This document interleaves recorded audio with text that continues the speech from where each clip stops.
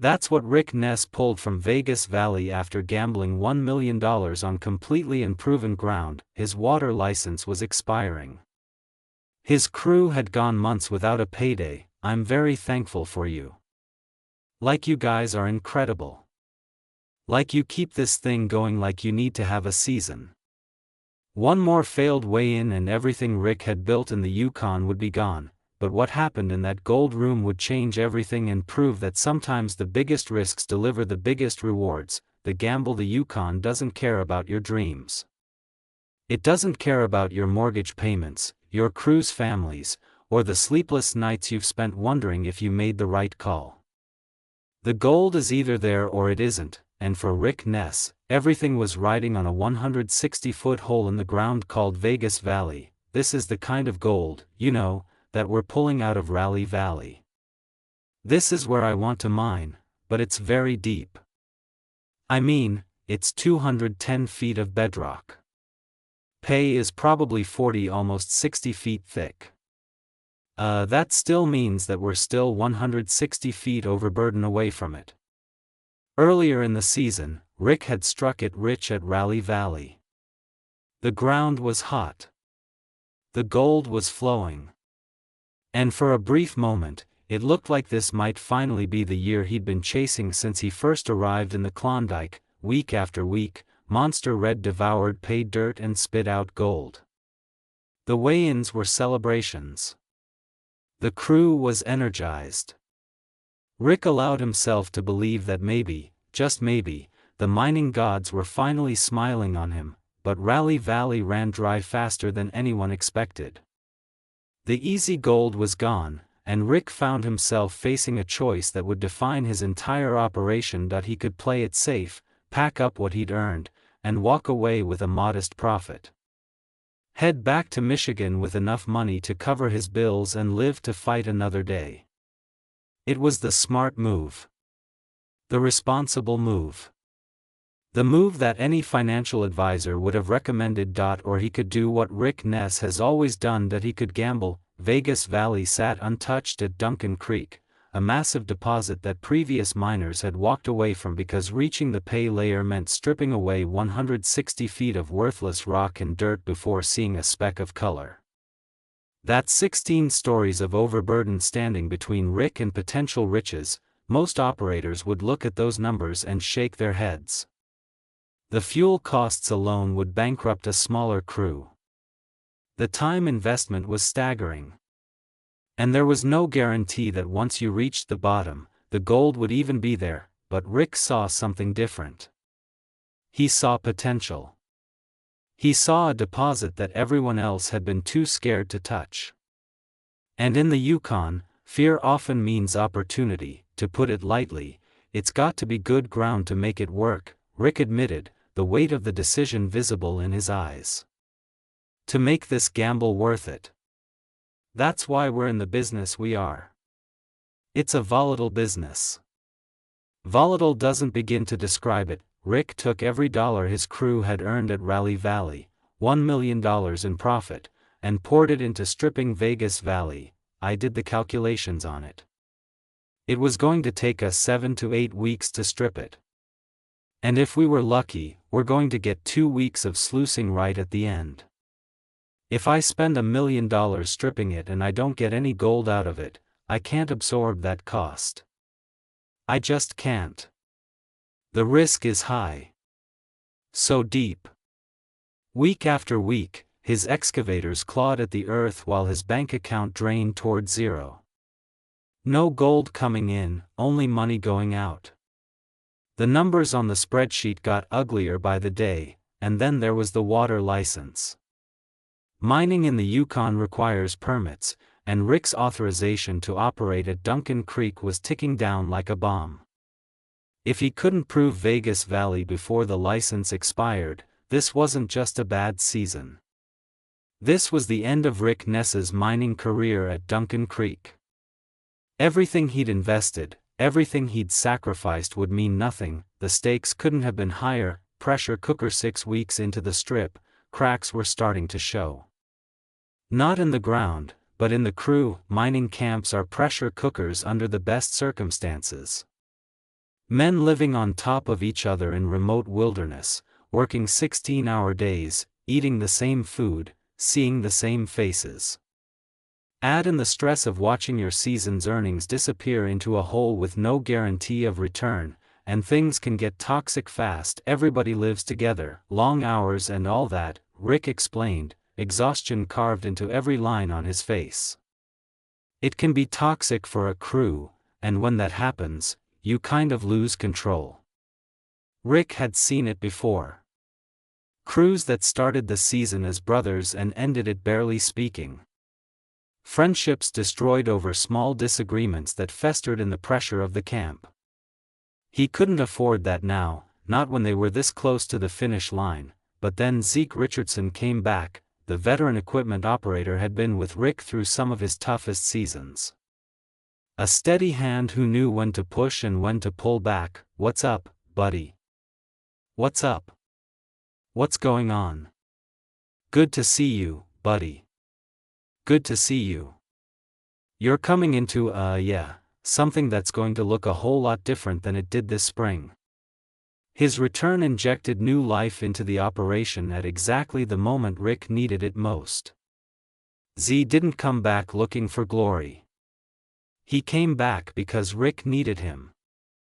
Within days, he'd slotted back into the rhythm of camp life, handling breakfast in the mornings, jumping in wherever help was needed, keeping the machinery of the crew running smooth. "He's up here helping me out," Rick said, relief finally breaking through, making sure that the season ends on a strong note. With Z back, Rick's crew was at full strength for the final push.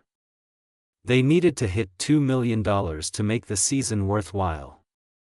Right now, they were nowhere close. But for the first time in weeks, Rick felt something he'd almost forgotten. "Hope I just didn't realize how much stress I was carrying," Rick confessed, knowing that we weren't getting any gold. "But we're up and running right now. We've got a shot at it, and it feels really good." Finally, after 6 agonizing weeks of preparation, Monster Red roared to life with Vegas Valley pay dirt flowing through its hungry jaws.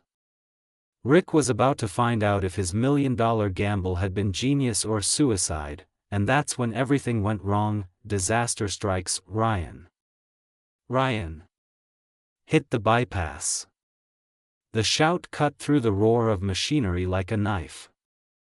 A water line had let go, sending crew members scrambling to shut down the plant before the situation spiraled out of control. Ryan Haidt, the crew's no-nonsense mechanic with permanently grease-stained hands and a reputation for staying calm under pressure, climbed up to assess the damage. What he found made his stomach drop. "Holy dude, we got problems. We got more than a water line going on here. We got screen damage big time." A massive rock had punched through Monster Red's top screen deck like a cannonball through paper. And the damage had cascaded downward in brutal fashion. 6 holes in the lower screens. Each one represented gold slipping through, money falling through the cracks while the clock kept ticking toward winter. "That rock is way too big for these screens to handle," Ryan reported, shaking his head at the destruction. "Rock like that will destroy everything in this plant quick." The timing couldn't have been worse. Or could it? We got more than a water line going on here. We got screen damage big time. So that's the problem right there. We got some significant damage. Here's where fate intervened in a way nobody expected. The waterline failure, which seemed like disaster at first, had actually been a warning shot, a blessing in disguise. If that hose hadn't let go when it did, they'd have run Monster Red for several more hours before discovering the screen damage. By then, the middle deck would have been destroyed completely, and they'd be looking at days of repairs instead of hours. "I'm thankful the hose blew," Ryan realized, the irony not lost on him. "We just caught a really big problem up here." The crew worked with focused intensity, swapping damaged screen panels for fresh replacements. No complaining. No finger pointing about how the rock got through in the first place. Just hands and tools and men who understood exactly what was at stake. Every minute of downtime was a minute they couldn't afford to lose. And they moved like their futures depended on it, because they did. Now we're good to fire back up. Monster Red rumbled to life, shaking the ground beneath their feet. The new screens held steady. They were running again. And somewhere in that slurry of mud and rock, gold was waiting to be found. Moment of truth. Hey man, finally back to a gold way. It's been a while. Couple months. Those two words carried the weight of everything Rick and his crew had endured. Months of stripping. Months of burning cash. Months of watching their season profits disappear into a hole while praying there was treasure at the bottom. Months of wondering if they'd made the biggest mistake of their lives. Rick gathered his crew around the gold room. The tension was thick enough to cut with a knife. This was the moment everything came down to: what happened next.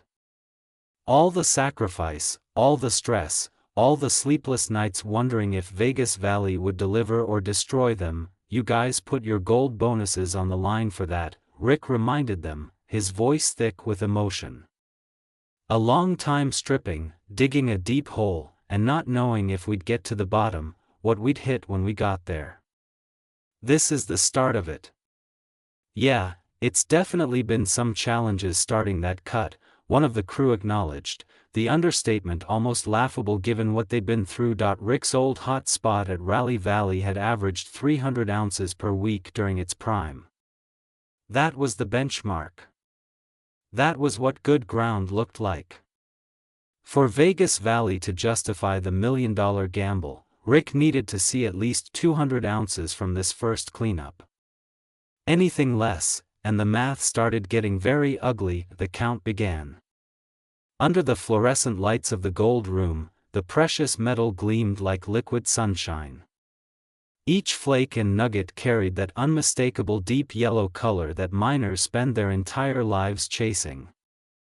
The larger pieces caught the light and threw it back in warm flashes while the fine gold dust settled like precious sand at the bottom of the collection bottles. This wasn't the pale, anemic gold you sometimes pull from marginal ground.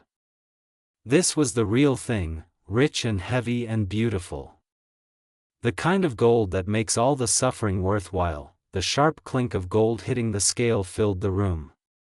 Each sound like a small bell announcing that the gamble was paying off.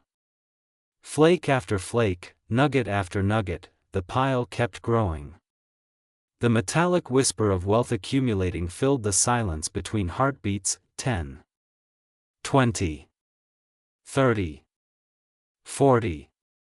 50. Ryan stood with his arms crossed, jaw tight, barely breathing as the numbers climbed. Nobody dared to speak. Nobody wanted to jinx it. 56.7 in this bottle. 10. 20. 30. 40. 50. Size, 56.7. Rick reached for the second container, hands steady but eyes betraying the intensity of the moment. This was it. The bottle that would tell them whether Vegas Valley was a gold mine or a money pit. I'll tell you right now, there's 200 in this bottle. The room went dead silent. Ryan exhaled hard through his nose and dropped his head. The tension releasing from his shoulders like a physical weight lifting away.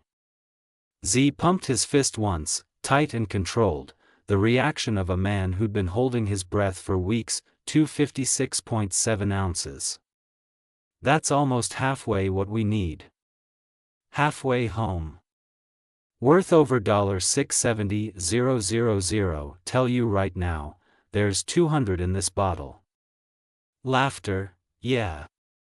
256.70. Yeah, that's almost halfway what we need. Halfway home. Nobody spoke for a long moment. The number hung in the air, almost too big to process. More than $500,000 from a single cleanup. The Vegas Valley gamble hadn't just paid off. It had delivered beyond anyone's wildest expectations. Then Rick broke the silence, his voice cracking with emotion. Take that all day. That's what we dug all that dirt for, boys. That's over $500,000 for one run. He paused, looking at the men who had stuck with him through the uncertainty, the equipment failures, the crushing pressure of watching their future hang in the balance. These men had trusted him when he asked them to bet everything on unproven ground. They deserved to know how much that meant. If I don't say it, I'm very thankful for you. Like, you guys are incredible. You keep this thing going. You're having a hell of a season. I know you guys have been pushing hard. We're so close to the end. All we need is a couple more weeks. You guys give it all you got and we're all going to leave here with a bunch of gold in our pockets, right? And I hope you guys see that too. Rick Ness walked into Vegas Valley carrying the weight of possible bankruptcy. He walked out carrying $670,000 in gold and proof that the biggest gambles sometimes deliver the biggest payoffs. With weeks left in the season and momentum finally on his side, Rick and his crew are chasing down their $2 million target with everything they've got. Sometimes you have to risk it all to win it all, and on this day in the Yukon, that gamble paid off in a big way.